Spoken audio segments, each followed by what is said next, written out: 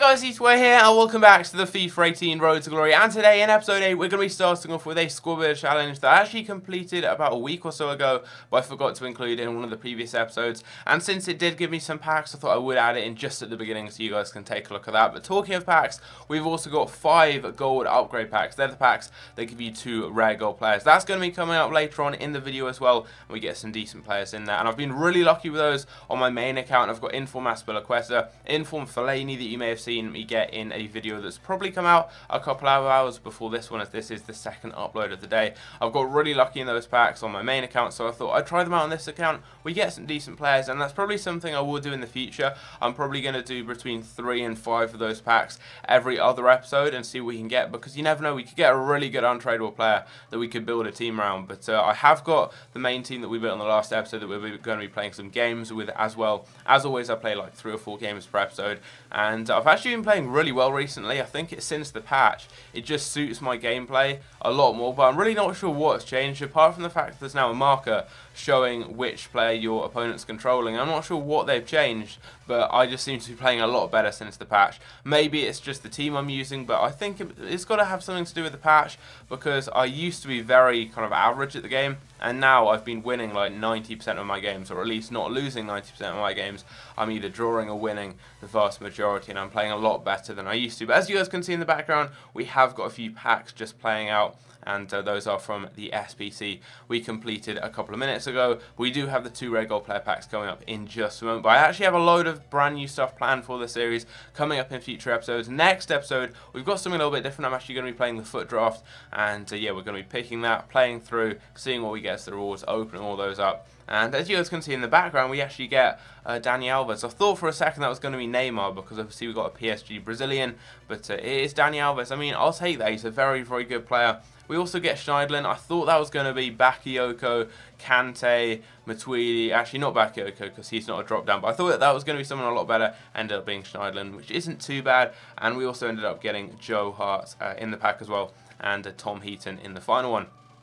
So we got some decent players in there. Actually, saying final one, we still have one more coming up. We actually managed to get another drop down, and it is Hervedes in the pack. And he's someone I'm probably going to be using in a team in the future, because on my main account, I built a 20k team that had Hervedes, and a load of players I've actually seen that I already have on my main account as untradables. So I'm probably going to go ahead and actually build that team on this account as a new fitness team, because we have actually gone ahead and sold quite a few of the players from that, as we had, I think it was Balde Diao, and he has a 1 swatch card, and his gold card went up a lot in price because he hadn't been in packs roll. As you guys can see in the background, that we take the lead with the main team that we built last episode with the 1 swatch cards. We've got Davinson Sanchez in there.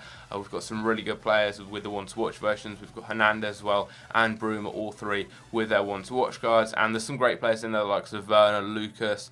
We've also got Sanson in there. And in a couple of episodes time, I'm going to be bringing some upgrades in. I have already recorded up to episode 10. So for those of you wondering, episode 10 is going to have more trading, more investing, and lots of new content really coming to the series. But this is going to be one of the last episodes where we don't have much going on really. I mean, we'll open some packs at the beginning, then it's just gameplay. But as I said, next episode we're going to be having draft, the episode after that trading and investing, and I'm going to be trying to do different trading methods in each episode. I want to spice this series up, because I mean, it starts off with like 6,000 or 7,000 views per episode. Now it's dropped down to like 2 or so. So I want to bring it up and kind of add some new stuff in for you guys to watch. So if there is anything that you do specifically want to see in the series, let me know in the comments down below, and I'll try and add that into the series. But as you guys can see in the background, we're getting a lot of goals already, 3-1 up at halftime. Timo Werner, he was destroying pretty much every single opponent I came up against. He's fast becoming one of my favourite players on this game, and this team as a whole was playing so well. I'm probably going to go ahead and build it on my main account,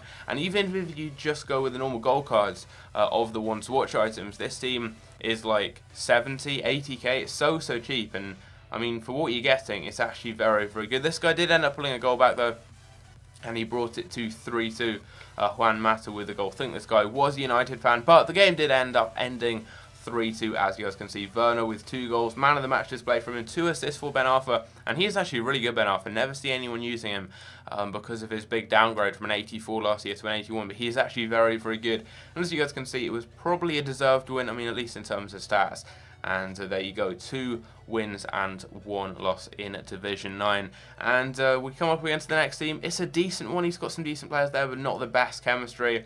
But I was coming up against some really good opponents throughout these lower divisions, just because it's the beginning of the game. So a lot of people, even just really good players, are still in Division 10 and Division 9, as well as obviously the newcomers to the game. So you get some tough games in those early divisions, which is quite fun. I mean, in the past, if you kind of join FIFA like a month or so in, you're going to be coming up against really easy opponents. But if you start right at the beginning like we are here, you get some really good games. As you guys can see, we end up equalising. This guy was a good play. He took the lead with a really nice long shot goal. But as you guys can see there, we pull a goal back, make it 1-1. I think that was actually, who was it? Was it Sanson? I think that was Sanson with the goal. Nice play from Werner setting up. Sanson, by the way, he is unbelievably good. I'm tempted to do a video on him in the future just because of how good he is, an in-depth player for you. He reminds me a lot of Hullet, who I've used in draft on my main account.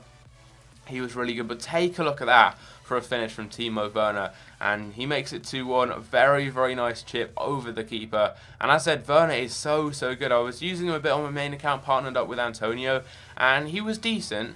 I mean, he was playing in a two-striker formation, so he wasn't getting the lion's share of the ball. It was being split between him and Antonio, and he was doing all right in that team. But in this team here, when he's on his own up front, he does such a good job. I think he's actually got as many assists as goals, and he's got a goal a game on average for my team, which is crazy. So he's really getting involved in the game, getting assists for the wingers, getting goals as well. And look at that, really nice ball through. I think that was from Werner again. What I find with this formation is the striker drops back and they can create a lot of chances. And in this case, it's Lucas who ends up getting the goal after Werner turns provider. And it's 3-1. I was just tearing apart every opponent I came up against. These players were good. And, I mean, I was somehow being able to beat them. And I think a couple of days ago, maybe without this team, maybe before the patch, I'm not sure. But even on my main account, I've got a really good team. Probably better than this, or at least more expensive than this. And I wasn't able to replicate this type of form. I was just destroying everyone I came up against. But this guy did end up pulling a goal back, making it 3-2, cut it back, and managed to kind of scuff it past the keeper. I'm not sure how that shot kind of went where he wanted. I mean, looking at the replay, it looked like he scuffed it completely. But as you guys can see, Werner turns provider yet again. And again, it is Lucas putting it past the keeper. Lucas is very good. He's like 6,000 or 7,000 coins. And he gets me a lot of goals. I think he is the second top scorer behind Werner. Possibly even the top scorer in the team. But this game was pretty laggy, but there you go. He clinches the game, makes it 4-2, and actually picked up the man of the match award, 9.5 for him, 9.4 for Timo Werner. Those two are the star players in the team. Also, Sanson in the midfield, he really does dominate it, and Bruma is great too, but those two up front, the right forward and the striker, they just tear apart everyone I come up against. 3 assists for Werner, a hat-trick of assists, a very good display from him. And that's something I found a lot with the 4-3-2-1 formation, is that the striker not only gets a lot of goals, but they also get a lot of assists, and they really get involved in the build-up play. So I would recommend, if you're looking for a striker in this formation, to make sure they have good ability to hold the ball up, so either good strength or really good agility and balance, or good height or something that's going to allow them to not get pushed over too easily. And then also you want decent passing and decent dribbling as well, because you want them to almost act as a creative kind of attacker midfielder or centre forward, as well as being able to finish goals as a striker. And I think Werner does suit their role very well. But as you guys can see, heading into the next game, my form just carries on. 1-0 up in 4 minutes, and yet again it is Lucas. But look at the lag. This game was very annoying to play. And for some reason I was lagging a lot, even though my internet is really good. I upgraded it a couple of weeks ago, and now I have like 40 or 50 megabytes, I think it's megabytes or gigabytes upload speed, and for some reason I was still lagging in a lot of these games, but it wasn't putting me off. I was still dominating everyone I was coming up against, and I think we're going to be able to do well in this series in divisions. Last year I wasn't that good at the game. I was kind of a Division 3, Division 2, Gold 3 and Foot Champions kind of player. I was decent, but I had a really good team. I had people like Messi last year, and I was able to get into that Gold 3 bracket. And I think this year I'm better than I was last year. It suits the way I play the game more. The intricate kind of passing, the 1-2s, the tiki-taka really suits me well. So I think in this series we're going to be able to do well as Lucas gets yet another goal for the club. I'm thinking Foot Champions maybe in a month's time or so, when I've got more time to actually play the game. I actually have half term. I'm off for 2 weeks in, I think it's in 2 weeks time, so over that kind of period that I will be playing Foot Champions a lot more. I will have more time. Right now I just don't have the time to play Foot Champs and do videos and do schoolwork and everything like that.